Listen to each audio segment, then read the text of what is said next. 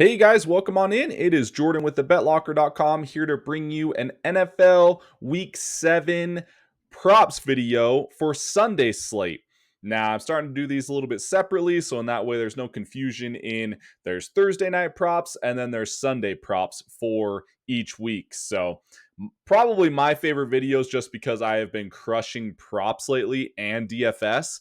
So, I love doing these ones so much. I wanted to do, and go ahead before we dive in, please like and subscribe to the channel. It does help the small channel, obviously, and it does buy yourself, like I always say, some good karma. And if you have, thank you so much for doing that.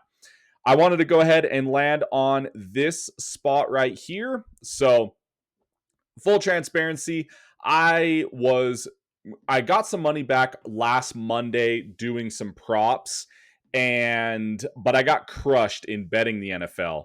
So usually when that happens, or when I have a crushed week to where I didn't really profit as much in betting the games, and I do make my money in props, I do lower my unit count. So usually I'm in the ballpark of $50 to $100 a unit for these props and for um, betting, but it just depends on how much I like a game. Maybe I go up to 200, maybe I go up to, just depends on what the game script and how much I like things. But either way, full transparency, what I'm trying to say is Sunday I got crushed, so I lowered my unit count this Thursday, and of course I hit. So so here's the first one. 25 bucks only on Noah Fant, T. Higgins, and Darnell Washington. I was big on Darnell Washington. I had him in almost every single thing. And if you guys watch that game, he got his 3 receptions in one drive in the second half. So it was looking scary. And then it was just boom. He got his targets like we thought he was going to. And his hands are bigger than the football. So if it goes his way, I mean, it's like catching a baseball for him. So maybe that's a little note that you guys can use or a little nugget later on. However, Freiermuth and Jonnu Smith was targeted a lot more than Washington. So I don't know. Maybe that's why the line was so small, but I really like that spot. T. Higgins got his in the second quarter, so that was easy. Noah Fant got that huge pass. I think it was late in the third, early in the fourth, that got to his yards easily. So that was awesome. And not only that, you can see the loss right there. I was on the less than Chase Brown, and he got that number within literally like 5 attempts. But then, like, he only had like 8 more attempts after that. So crazy. And then DK Metcalf, he had a catch.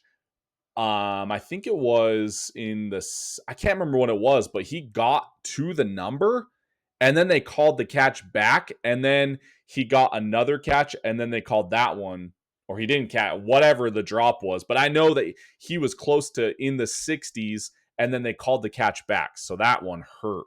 But anyways, hit this little 6-teamer, $10. Like I said, I lowered everything. Usually when I do a 6-teamer, which I highly don't recommend it, but usually when I do it, I usually do, 25 bucks on it just to have something. And then I do my $50 to $100 units on my 2 and 3 teamers that I like even more. But binked this as well. More pass attempts on both quarterbacks. That was pretty easily. T. Higgins again, Noah Fant again, Darnell Washington again. Grouped with, excuse me, Jalen Warren over 47.5 rushing yards. Smash bot, great spot. So that was great. Excuse me. Where else? Excuse me. Geez. Human again. Talking a lot today. Anyways, where else can you guys risk $35 to win well over $400? Nowhere else in props. They might kick you out eventually, but until they do, just keep smashing those props. So I was going to build 2 lineups. Let's go ahead and get into what you actually probably came for. I just wanted to show some awesome wins I had last night for a $35 risk. Man, loved it.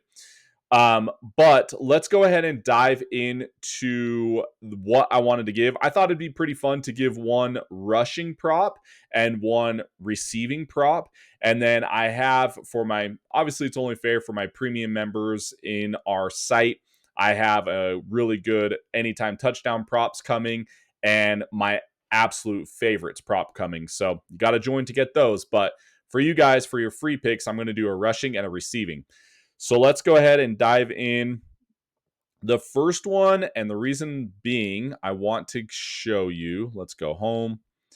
And if you're watching this late, I am making this on a Friday. So just depending on if you're watching it on Saturday or whatever, the lines might have moved a little bit. But let's do the rushing first. So I wanted to show you something. There's 3 guys I'm going to target. Now, as always, check your books because the lines are different. So having said that, the reason why I'm saying that is because one of the guys that I want to target is going to be, where is he? Where is he? Scanning. Where is he? I just saw him. He's not on here right now. Gosh, this site, I mean, I swear, every time I look, it has the lines that I want, and then they disappear, and then they reappear later on. It happened yesterday, and there he is, right there. Bo Nix. So the reason why I'm saying this is because this rushing prop I'm going to do on pick 6. Because if you go to Bo Nix, he's a guy I'm going to target in this rushing prop, 18.5. If you go over to somewhere like Prize Picks, you go to Bo Nix, and where is he? He's 19.5. So always buy yourself that yard if you can. The other 2 lines are the exact same, so that's why I already knew.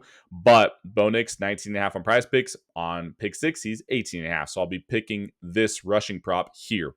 So really like Bo Nix in this spot to get his over rushing against these Giants. I mean, they've played rushing quarterbacks before, but Bo Nix at home, and with Giants pressure that they can get on the quarterback, I expect Bo Nix to be taking off a little bit more in the rushing game and have more attempts. So just by pure volume alone, if he has, if you go to his stats right now, he's hit this 1, 2, 3, 4 out of the last 5 games.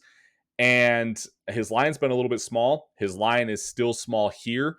But like I said, with the Giants rushing, I do believe in the Giants rushing the passer game or their defensive line.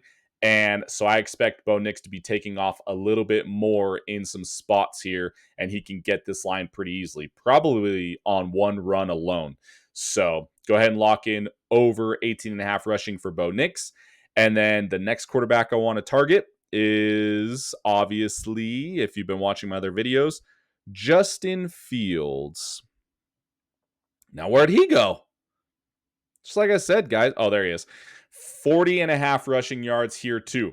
He doesn't have his main weapon in Garrett Wilson. He's playing against Carolina, and same exact theory with Breece Hall, Justin Fields. I expect these guys to be rushing a lot, especially Fields. He could have that, again, that 50-yard run like he did again in week 4 against the Dolphins. But I know that he hasn't hit it the last 2 games, but without his weapon in Garrett Wilson, that is his outlet, it's only Mason Taylor now and Josh Reynolds. He's probably going to be targeting Josh Reynolds a lot, but he doesn't have that safety receiver that he feels comfortable to going to in Garrett Wilson. So I expect them to be trying to run it down their throat first with Justin Fields and Breece Hall, and then try and get some passing if they really need to. If they're, down in the game. I don't think they're going to be down in the game. Go ahead. Well, that's for my premium members. But like I said, go ahead, and I expect Justin Fields to be taking off running a lot because he's down his best receiver, and they're going to try and kill these guys on the ground. So I like him in the more or the over as well. Last guy, and it is in my free picks video. There is a inclement weather spot that is coming in the Cleveland and Miami game. So I expect them to be running the ball a lot. So just on pure volume alone, I could be expecting Quinshon Judkins to be getting probably 22 to 26 attempts on the ground alone, because they're not going to be able to pass the ball as much. They're not going to be able to kick field goals. So even on those like 3rd and long or those 4th and short, they're probably just going to be running the ball instead of punting and kicking. So just on pure volume alone, he could see 30 touches this game. I don't know. I expect him to get a lot of volume this game. So just on that alone, and going up against the Dolphins, who has already been averaging 169 yards per game against the rush. They're the worst in the NFL against the rush. So I know that number looks high. I know it looks scary, especially for a rookie, but this kid can play. Promise you that. Been watching him a lot. So I love his over rushing this week. So that's my fun little rushing one that I'm going to be locking in. And you know what? I'm going to lock in right now. It says win boost for anything over 4, but I'm not going to do that right now because that is a sucker bet. So I'm going to lock this rushing attempt pick in, though, for, like I said, my unit count usually is 50. So I'm going to go 50 on this one. And no boost there because I don't want to take that 4th pick because I like this spot too much with just the 3. And before these lines move, I want to lock it in. So go ahead and lock that one in right here. So there it is. And my second one, which I don't use, since I have a bankroll going for DraftKings Pick 6, I'm not going to be locking it in, but I will be locking it in probably on Pick 6, depending on what the lines are. But I wanted to show you a fun little receiving prop that I wanted to. Like I said, I'm probably going to be locking it in with Pick 6 depending on if they show these lines late because they don't have the lines for some of the guys yet. So I will be waiting to see. If they don't, then I'm going to throw some on here on Prize Picks and just throw it in. So, but for now, let me show you a fun little receiving one that I wanted to give. So first person is going to be Jordan Addison. And his prop, let's see, in the receiving game, where is he? Right here, 42.5 receiving yards. Now, earlier in the week, and I can't remember if it was in my props game, in my props video, or in my DFS lineup builder, I was big on Justin Jefferson. I still might be, but that corner in Quinshawn Jenkins, whatever his name is, whatever that corner is for the Eagles, he is probably going to be playing, and he's probably going to be shadowing Justin Jefferson just like a Surtain does or whatnot. So if he is, then Jordan Addison is the guy.